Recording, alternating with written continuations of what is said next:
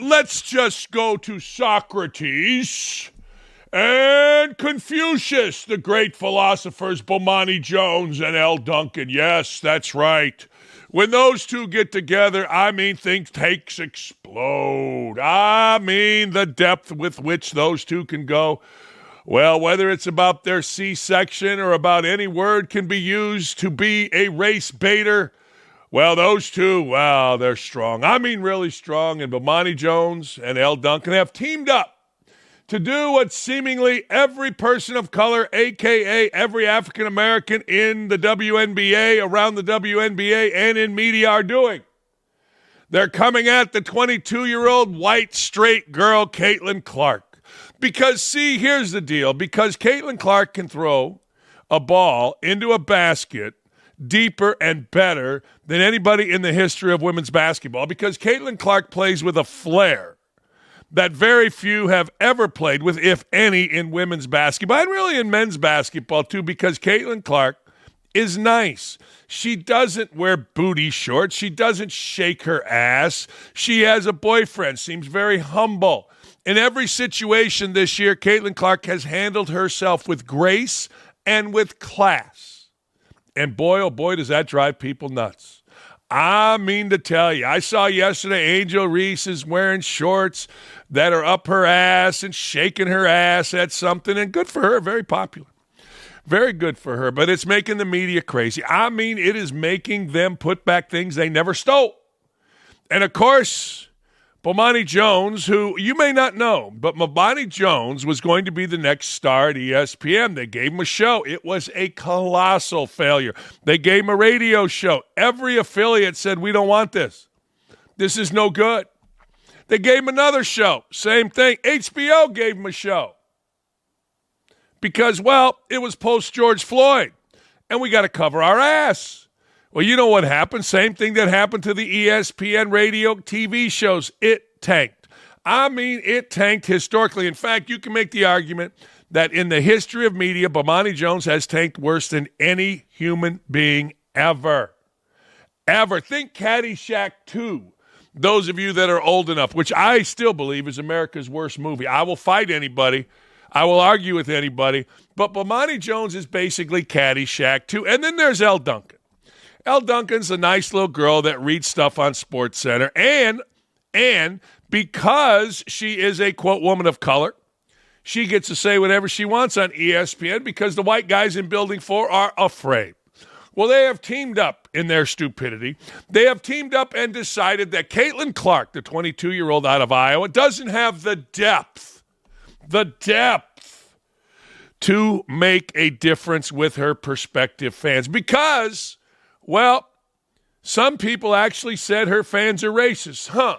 Where have we heard this before, Duke Lacrosse? Where have we heard this before, BYU volleyball? Where have we heard this before, Colts linebacker Darius Leonard in a Chipotle? Where have we heard this before? Well, basically every time somebody makes a claim. It turns out to be bullshit. It turns out to be nonsense. It turns out to be fake, false, and somebody trying to ride for that cap money. Yo. Anyway, so now these two clowns says she's never been around black people. How do they know? How do they know? I remember one time Bomani Jones came at me. I said, look, just look me up. He was shocked to learn I was from Gary, Indiana. He doesn't do any research. He doesn't know. He just sees a white girl. They haven't been around any black people. Well, apparently a lot of black people haven't been around white people. I mean, how do they know anything about it? She played basketball, which neither of those have ever played a sport, even though Bomani Jones is tall. I mean, he should have. I don't know why he didn't. But they don't know whether she's been around black people. Black people or people from different parts of the country. Of course she has. I mean, you play college basketball. To get to play college basketball, guess what? You come up through the AAU. You play with a variety of different people. You make friends with a variety of different people. But these guys are just full of shit. I mean, they just are. This is Elle Duncan. She sort of existed in a bubble of women that were raised with similar backgrounds, black, white, or other. They had similar backgrounds, socioeconomic backgrounds, and she'll get better with understanding and talking about race the more she's exposed to people with different backgrounds. How arrogant is this? Now, seriously, how arrogant is this? Honest to God, This is as arrogant as you can possibly be. I mean, I hear all the time, don't judge me. Don't judge me by the color of the skin. Don't judge me. Really? Okay. Well, what are you doing? What are you doing? You're sitting there and judging me. You're judging a woman you have no idea. None. Zero zip. Now, let me explain to you, ESPN. You talk about a bubble. You talk about a bubble of nothing. You talk about a phony-ass bubble. I was there 10 years. You sit there, and all the little girls at ESPN, look, all they are is trying to make themselves, well, not better, more popular. And I don't care what they do. Elle Duncan has lived in that bubble forever. Elle Duncan is full of shit here. To even presuppose that somebody playing basketball hasn't been around other people from other socioeconomic places, from other parts of the country. But she sits her fat ass in Bristol, Connecticut, with a bunch of other crazy women, and I'm telling you right now, everybody that I know still know what ESPN tells me, it's so ridiculous, these women. It's so ridiculous. There's a green room right next to where the makeup is. It's loud, it's stupid, it's asinine, it's absurd. And that's Elle Duncan and her little cast of cronies. So you talk about living in a little bubble. A no-talent hack who reads off a teleprompter. By the way, I do this 2 hours a day, then 3 hours in the afternoon, no teleprompter. No, nothing. But anyway, that's because I'm a genius. But anyway, isn't this incredibly arrogant? Isn't this, but right now, anything that she's saying is going to sound a bit performance because she doesn't actually know. Give her time. She doesn't actually know, Elle Duncan says. But she does know, Elle Duncan, because she had a C-section. Elle Duncan knows all because she sits on your TV and reads the news. See, I told you this about people at ESPN. People at ESPN come there and they're all excited. They're all excited and they're all happy to be at the worldwide leader. It's a pinnacle for some people. And then when you get there and look, somebody likes you, you're a woman of color, so Dave Roberts, who's a man of color, is going to promote you. It's automatic. When you have liberal views, it's automatic. So through no performance, it's not like anybody tunes in to see what Elle Duncan is going to say, but you become very arrogant. You become very, very important. I mean, you are important to everybody. I mean, everybody. At least you think so. So she's sitting on this high horse, and the level of arrogance with this is astounding to me. See, Elle Duncan can say things without repercussion. Elle Duncan can say whatever she wants, and there is no repercussion. Hey, look, Caitlin Clark can't. And Caitlin Clark's 22-year-old, wants to play basketball. You all have all your race problems. Go deal with all your race problems. You all want to make up race problems, Elle Duncan? You go make up your race problems. I'm going to go live my life. That's beautiful. And the other idiot says, this is somewhat generational. Oh, boy. Oh, man, that deep thinker, Bomani Jones. I mean, look at it. You can just tell he's a deep thinker. He's got a beard. Now, wait a second. I thought beards were threatening. They're not anymore? Okay. This is somewhat generational. We're talking about a lot of people, college-educated, in their 20s and early 30s. There's a language that is spoken around these sort of matters and an expectation that people are supposed to stand before the world, prostrate themselves very often of their privilege, real life. That ain't really how it goes. They ain't going to stop because she says, well, what privilege? I mean, I saw videos of this woman working her ass off. That's privilege? You see, it always comes down to it. It is absolutely making the African-American community crazy that a little white straight girl has come into the worst league in America, the most racist league in America, with the most racist people in America covering it, and has kicked everybody's ass and pushing all of the angry African-American lesbians aside. It is making people like Bomani Jones, Elle Duncan, and the others who think solely about race crazy. I mean crazy. Look, I get it. Brittany Griner said people are yelling racial slurs at her on the court, and I also get that's complete nonsense.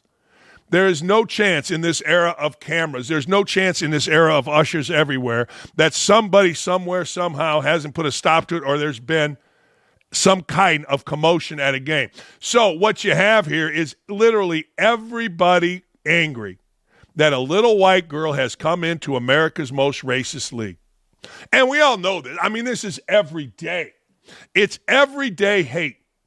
And let me put it to you this way. If Bomani Jones and Elle Duncan don't like you, you're doing something good. Here's Elle Duncan saying the media wasn't ready to cover Caitlin Clark this year. The second that you show love to anybody not named Caitlin Clark, you are part of, some constituency that's trying to keep her contributions at a minimum, and you're racist, and we get a lot of that. It's no wonder that the W coverage is all Black women, because you're all in it together to try to keep her down. It's just, you're kind of damned if you do and you're damned if you don't. Instead of hot takes that are like, Brianna Stewart's never going to win another championship, or Nafisa Collier's better than Maya Moore. Like, instead of those kinds of hot takes, the hot takes solely and explicitly surround all of these Black women versus Caitlin Clark. And to have someone come in who has been amazing for the game, for the sport, of her own volition, worked really hard in Caitlin Clark, but to have this group of people come in and immediately invalidate the contributions of all of these women before her simply because they don't know, that's what's been frustrating, So yes, people are going to talk about it more, but oh my God, please just educate yourself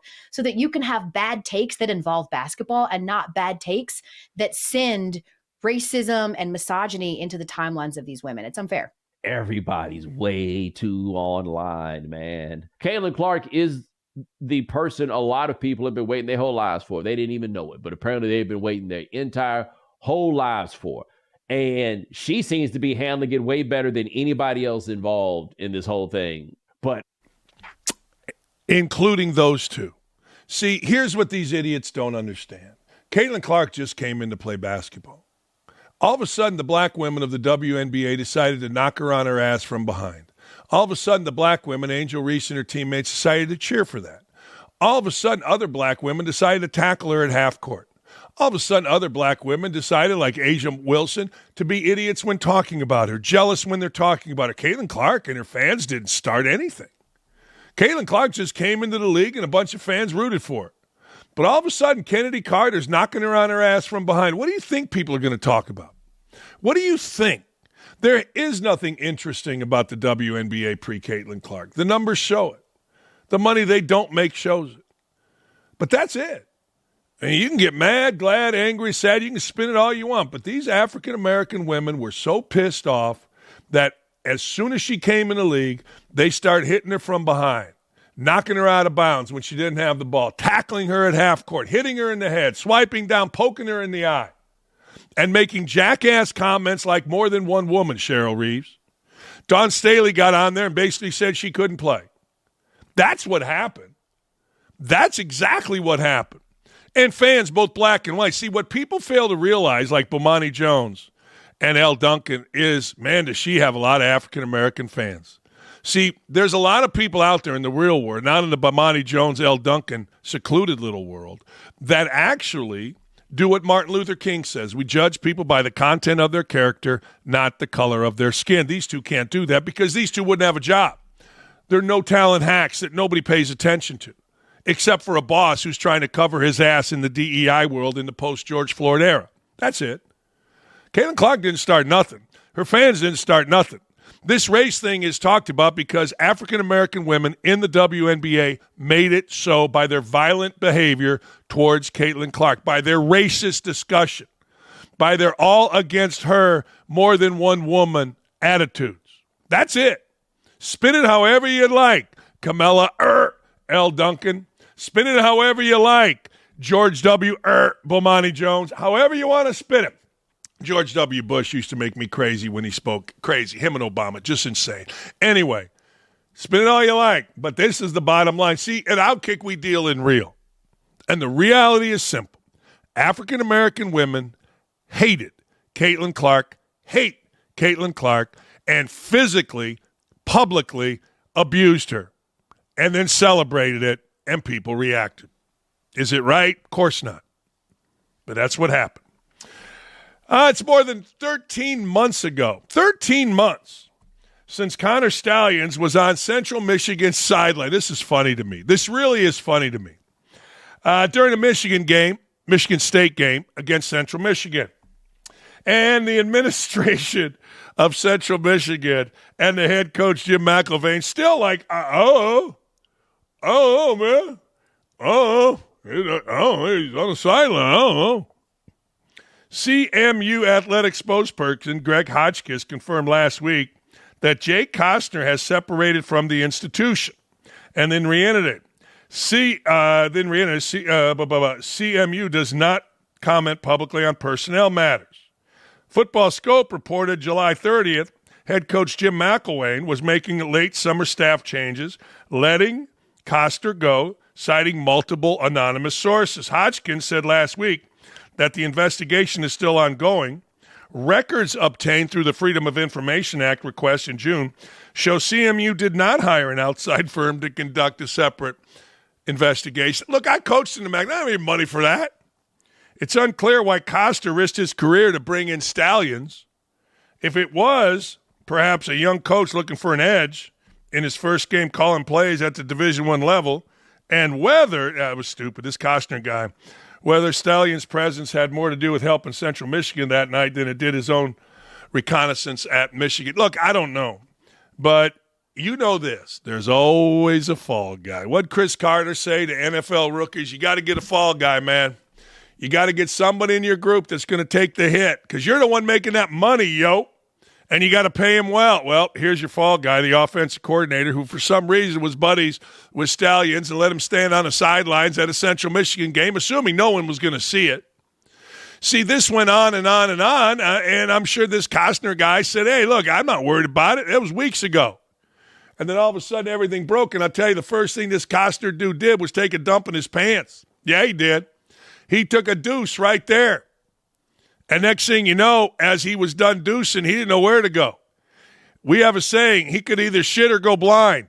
And I'm not sure which one he did, but I know this, young coach out because you tried to do something nefarious. You did. Now, it's amazing to me if the head coach didn't know. Why don't they just come out and say, look, we got rid of the offensive coordinator because he's the one that brought Stalions in here. I had no idea. I trust my staff, and when I can't trust them, that's when I got to let them go, and that's all you got to do, and it clears it up, and next thing you know, people will bitch, whine, and moan for a day or two, and then they're done. But, man, I'm telling you, people in the MAC are really dumb. They always have been. They always will be. They are. They'll always be dumb in handling these situations. That's why I was kind of the guru. People would call me from other schools, Doc, what do I do here? I'll tell you what you do. Boom.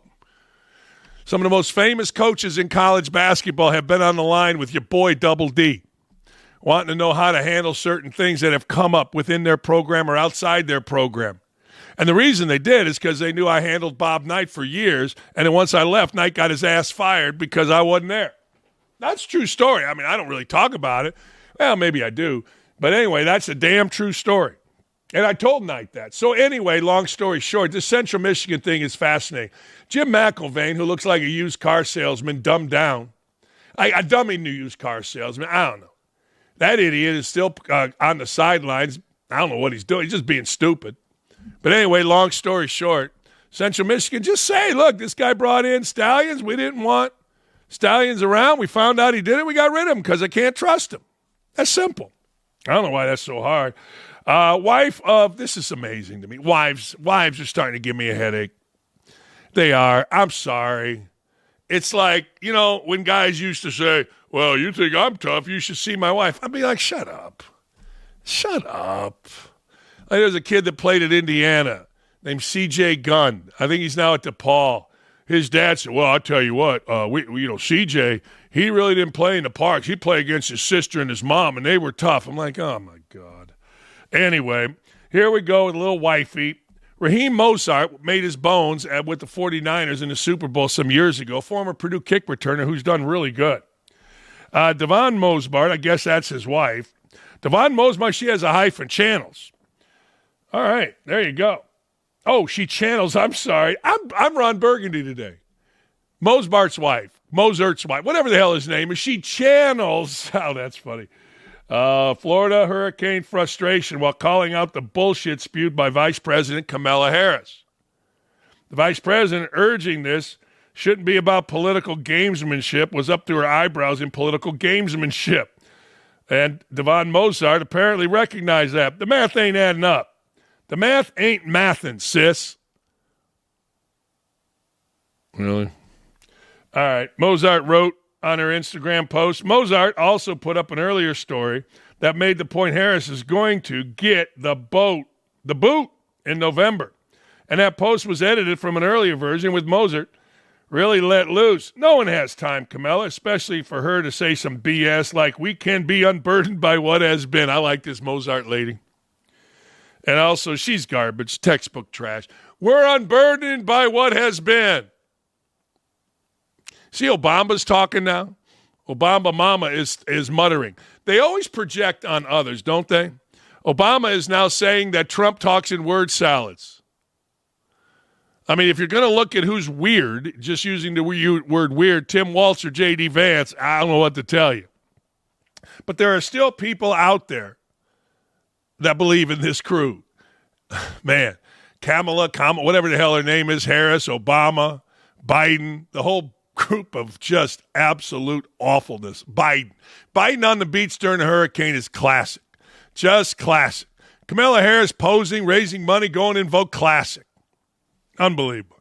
I got to tell you, this is a very simple way of summing up this next story. You are an idiot, a damn fool, if you go into business with the big, stupid Kendrick Perkins. That's the only way I can describe this. You're a high school kid. You got NIL money. The big, stupid Kendrick Perkins is trying to prey on you. Now, I'm just telling you, if you're going to go into business with the big, stupid, the big racist, the big idiot, Kendrick Perkins, you get what you deserve. If you go in business with any former athlete, you get what you deserve. I'm just saying. My brother is in business, and he's like, yeah, man, I just sit there and listen to this former Alabama football player talking. Jesus. I mean, you need to be in business with serious people doing serious things. Listen to this. Listen to what this idiot Perkins is trying to do. He's preying on 18 to 23-year-olds. He's offering college and high school athletes upfront money in exchange for a portion of their NIL earnings. Experts say the deal resembles high-interest loans and could be taking advantage of players. No, it will be taking advantage of players. If you're going to trust Kendrick Perkins, you're stupid. That's it. I don't trust him on my TV. I don't trust that he's not. If you're a white dude that trusts Kendrick Perkins, you're really stupid because he has shown himself to be an unbelievable racist on TV. All right, let's go through it. You have so many athletes and their parents who are struggling day to day because we're actually taking a bit of a gamble on what the student athlete is going to make in the NIL space. The benefit is the kid, the student athlete, is able to get financial security so they don't have to rush. That sounds good. But I'll bet you money within 3 years this thing is either gone, screwed up, and he might be in jail. I'm just telling you. The company, Nilly, offers athletes upfront payments ranging from $25,000 into hundreds of thousands. In return, Nilly gets the exclusive rights to use or sell the athlete's name, image, likeness for up to 7 years.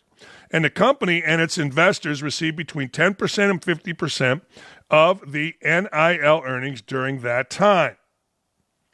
A trio of consumer finance expert who reviewed the Nilly contract say parts of the deal resemble a high-interest loan. And multiple financial advisors who work with college athletes raise concern about whether the company is offering quick cash that comes with too steep a price. Feels like you're preying on people who need the capital now, using that to cloud their focus on the future. It feels predatory.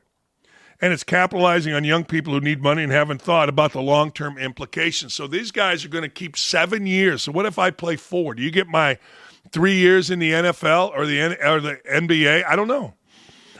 But I know this. I don't deal in business necessarily with contracts. I deal with people. And there is no chance in hell, if you look at the history of NBA basketball players other than Magic Johnson and Michael Jordan, Isaiah Thomas, if you look at their financials, you got to be an idiot to go into a company with them.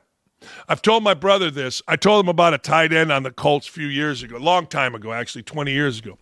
I came to lunch. They were having a meeting. I was sitting listening. I walked out. My brother said, "What do you think?" I said, "Run." He said, "What do you mean?" I said, "Run." I said, "I wouldn't trust these people." He didn't. It folded. It always does.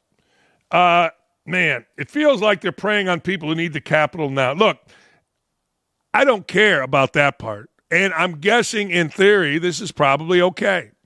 But I'm telling you, man, don't go into business because of a contract or an idea. Go into business because of the people involved. Period. Oh, man. Hey, just like the Be Love End Racism initiative tattoo across all football fields in the NFL Sports League cross country calling a timeout against hate. A campaign inspired and led by Robert Kraft. Problem solved. Timeout to hate. Problem solved. What are you talking about? In sports, we call it timeout when things are headed in the wrong direction. Right now in our country, hate is winning, and we need to change the momentum.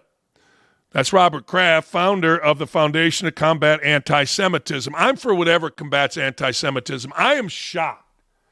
I'm stunned, and I really and truly do not understand where this anti-Semitism is coming from. I honestly don't. I get it. We've got Hamas and all that. But Israel gets brutally attacked, and we're mad at the people that are attacked. That's how I look at it.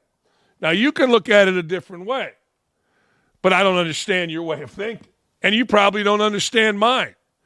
I mean, a year ago, I saw the video. I saw what was going on. My God, if you stand with that, you're one of the worst human beings alive. And the anti-Semitic hate on college campuses is just stunning to me. That's not a cause. I mean, Shantytown back on apartheid when I was in college was a cause. You know, fighting the government, you're in college, you think you know stuff. All right, that's a cause. But damn, anti-Semitism, that's not a cause. That's just simply racist hate. And somehow, some way, universities like Columbia are tolerating it, and I'll never understand it. I don't give a damn if you tell me about what's happening with Hamas or whatever. I'm telling you, when somebody comes into your country and attacks you and slaughters you and cuts babies out of wombs, slices people's head off, videotapes it, tortures people, I'm not going on that side. I'm just not. You can't. But I do not understand this. I don't understand the issue. I'm not going to lie. Because I don't understand how somebody could possibly support a group that does that. And then they do all the nasty things, put kids where they're bombed, all the stuff that they're doing there. It's just insane to me. And apparently it's gotten to the point where all these athletes have to go time out. I'm for whatever helps stop it, truthfully. I can be cynical, and I am. But I don't give a damn because I just don't get it. I don't get how you can sit there as a president of a university, chancellor of a university, and allow these little college punks to spew hate to a group of students on your own campus like Jewish kids are facing on a daily. I'll never get it. Honest to God, I'll never get it. And good. Criticize me all you like. I don't care. Well, you're too stupid. Of course you don't care. Good. Yes, I am. God dang. Bringing together the commissioners of North America's major sports league for this campaign is historic, crucial step in our fight against all hate. By uniting under a common cause, we amplify our message, demonstrate that the power of sports extends beyond stadiums, arenas, fields, and into our communities. The initiative is a call to action for everyone to join us in creating a world where hate is met with a unified stand for empathy, understanding, and respect. See, that's what I would think would happen after the slaughter of so many Jewish folks a year ago. But somehow they've become the bad guy, and I'll never get it. Here's let's see. Here's Harbaugh, Doc Rivers. A lot of public people are standing up. I'm just not smart enough. There's Harbaugh. I'm not. I'm just not smart enough to understand why this hasn't been squashed right from jump. I'll never understand it. You can. I know you're smart. I'm dumb. Good for you. Look. Liberals always project onto us what they are doing, and the New York Times is no different. The New York Times published a piece this week accusing Donald Trump and Republicans of trying to win the election by stoking the flames of a culture war, really, particularly on the issue of transgenderism in America, claiming he and Republicans are betting big on anti-trans ads across the country. Yeah, I don't know what to tell you, man. I don't know what to tell you. Nobody that I know has a problem with anybody transgender. Just quit throwing all this stuff in our face. Just quit making it seem like any time you act as if you don't care, which most of us don't. I could care less. Just don't play sports against women. That's simple. Go about your lives. Have fun. Do your thing. But I'll say this also. I'm against transgenderism when it comes to the mutilation of children. Can't buy a pack of smokes till you're 18, a beer till you're 21, but you can get your hoo-hoo cut off. You can get your pee-pee cut off at 10. You're capable of making the decisions after what? You get done playing with Tonka trucks? After what? You just build a castle of Legos? I mean, what is wrong with you people? Look, nobody is saying anything bad, good, or indifferent about transgender. Folks, just don't mutilate kids. That's pretty simple. And if you're not down with that, then you're a sick freak. I said freak, Mom. I said freak. You're a sick freak. Mutilate kids. Well, they don't know their ass from third base. What is wrong with you people? Seriously, what is wrong with you? Times author Stephen Goldenmacher reports that Trump and other Republican candidates have spent more than $65 million on TV ads since the beginning of August that focus on taxpayer-funded gender transition in prisons, trans athletes, and gender-affirming surgery. Good. I don't want my tax money going to transgender surgeries to people in prison. But hell, I don't want my tax going to Ukraine. I don't want my tax going paying for illegal immigrants. I want my tax money going. Kamala Harris sits there and goes, well, we're going to make sure that every inmate can get the gender transition. Hey, I'll tell you what, if I was a dude in a nasty prison, Rikers Island, I'd ask to get my dick cut off and sent to a woman's prison. Are you insane? I don't want to pay for that. And if you don't like that, tough. If New York Times or you want to call me any kind of name, tough. Good, bring it.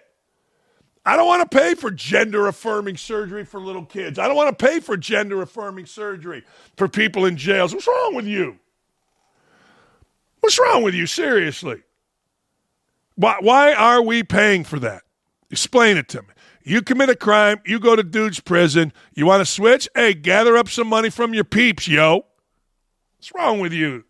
The flood of ads in races for the House, Senate, and White House inflame cultural divisions and cast Democrats as outside the mainstream. They are a sign that Republican strategists believe they found a potential third leg for their messaging stool in 2024, along with mainstays of inflation and immigration. Well, mainstays of inflation and immigration, what is wrong with you? I mean, they just cast those aside. Inflation went up 2.4% higher than it was expected, by the way. And soon after the election, we'll realize that the jobs report that just came out is total bullshit. At least that's the way I look at it. But my God, the old mainstays, it's just an old mainstay of immigration. Immigration, until this particular group of idiots, was a bipartisan issue. From Reagan, from Carter to Reagan, to Bush, to that Obama, everybody that had a brain, Trump made it the records low. Everybody with a brain knows inflation and immigration are just not some side issue. They should be everybody's issue. I got it. All right, here's Kamala Harris bragging about funding. Listen to this. Female prisoners that receive sex change surgeries. Here's your leader right here. That they were standing in the way of surgery. For prisoners. For prisoners. And there was a specific case. And when I learned about the case, I worked behind the scenes to not only make sure that that transgender woman got the services she was deserving. So it wasn't only about that case. I made sure that they changed the policy in the state of California so that every transgender inmate in the prison system would have access to the medical care that they desired and need.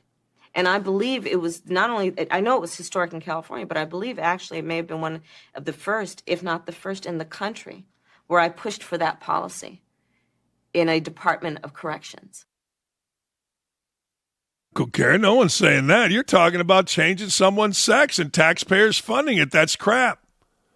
I mean, I'm not so sure. Maybe I'm wrong about this. Maybe California is much better than I'm led to believe, but I can't imagine that running on something you did in California is a great way to get to the rest of the country, but she's just an idiot. I don't give a damn. She's a damn fool. Damn fool. Anyway, long story short, if you're voting for this is where your tax dollars are going. God bless you. Seahawks 49ers last night, I don't know. Look, here's the deal. Brock Purdy needed a win. Brock Purdy got a win. Geno Smith, I can't believe they bought. Hey, Nick, did you see the game? Did you watch the game last night? No, I was too busy locked in on the Yankee game, but I had my friends who were texting me on the side about it. They missed a punt that clearly hit a guy, and this was amazing to me. In the NFL, with all of their money, with all of their technology, they missed, and a punt hit, guy got blocked into it, clearly hit the punt returner's finger, recovered by the punt team, and they missed it, and then the rules guy came on and said, yeah, the people in New York didn't have the same angles that we had on TV. That's astounding to me. Hey, Nick, really? Yankees are rolling, brother. Are you good with the Yankees rolling, or are you bad with the Yankees rolling being a Mets fan? Part of me hates seeing the Yankees win, but then again, if I have the opportunity to root against the Yankees in the World Series for the Mets, I will take it any day of the week. I will shit down my Yankees fans' throats with my banter about how much they suck. So if I get to do that in the World Series, so be it. Yeah. The deal is simple. If I lived in New York, I would want a Subway Series. I want it all to myself. Because even as a Mets fan, Nick, you can go to the other place. You can go to Yankee Stadium. I mean, what the hell? No, I've done that before. Like, growing up, whether it's at Citi Field or Yankee Stadium, if it's a Subway Series, I'm usually always going. But this opportunity, I mean, we had this in 2000, but I was freaking 5 years old when it happened. So this is going to be this is actually a chance to, finally get that experience and to go to either one game. And if it does happen and it's the World Series, I'll be working it when it's at Yankee Stadium. Oh, that's right. You work at the bar by Yankee Stadium. Mm-hmm. What's up with your hair today? What's up with your hair? What about it? You don't like it? No, I do. Looks a little front loaded. It's you know what it is? It's day 2 hair. You know what that means? It means I didn't use any product. It's still the product about it from yesterday. I clearly don't know what that means. Oh. What do you mean? You got a full head of hair. I used to know day 2 hair. I used to know day 2 hair. I did. I used to know day 2 hair. But I don't anymore. And I feel bad about that. I don't know. I'm thinking about Hair Club. I'm thinking about Hair Club for Men. Put a nice little rat's nest on there. Make myself look young. Get the Joe Biden. Get the plugs. Oh, yeah. Yeah. I remember when he did that in the middle of a campaign. That was pretty good. That was pretty smooth. All right, Nick, it's got to be a wonderful thing. The Mets just sit there and wait to see who they play. I mean, they just get to sit around, man. Dodgers and Padres, who's winning? I'm thinking Dodgers. Game 5. There's a stat that I saw that Dave Roberts in postseason winner advance record, he's 5-2. So I think I'm going to ride that tonight. I think they're playing tonight. I believe they're playing tonight. I'm riding the living hell out of that tonight. I'm out of money damn near. I got to reload my thing damn near because I took too much out when I was winning. But I'm riding that tonight. I'm taking the Dodgers tonight, and if I lose, I lose. That's it. If I lose, Yu Darvish is going. Yu Darvish, good pitcher. I ain't mad at him. Not mad at all at him. I think he's pretty good. I like him. That's the only thing that concerns me, though, right there, is Yu Darvish is pitching against Yamamoto. And Yamamoto, when he pitched in Game 1, he got shelled. And then Darvish in Game 2, he did really well. So it's going to be pretty tough, especially at Dodger Stadium.